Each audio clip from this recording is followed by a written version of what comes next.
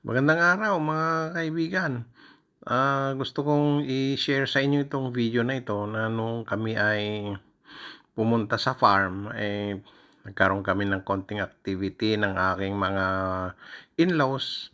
Yan, at doon kami nakita-kita.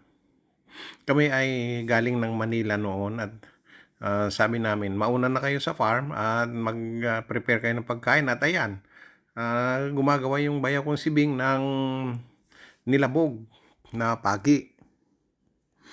At nakakatuwa, nagsama-sama kami ulit. Very rare na pagkakataon kasi siya ay nasa ibang bansa din at nataon din na nandun ako, nagkasabay kami. So, sabi nila, punta tayo sa bukid, sabi gano'n. So, ito, nandyan yung magkakapatid at si Mariel na kasama namin, sama yung kanyang anak. At ito, nagluto sila ng madami.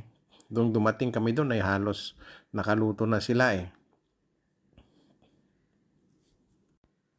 Nagsimula na rin silang tumagay.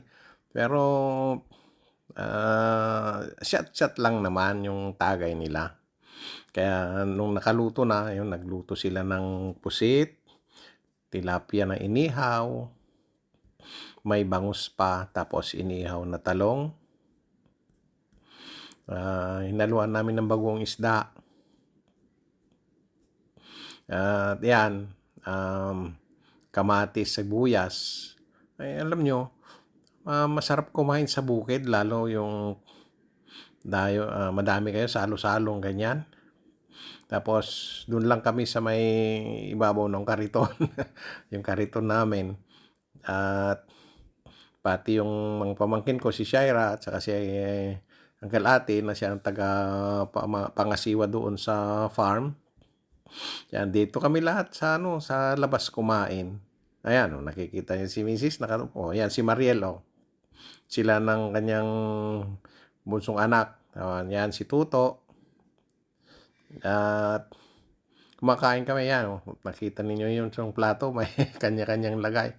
Yan, yung sa ilalim kami ng talisay. Hindi talisay actually yan eh. Hindi ko alam ang tawag dyan sa yan, yung twig. Parang fig tree yan.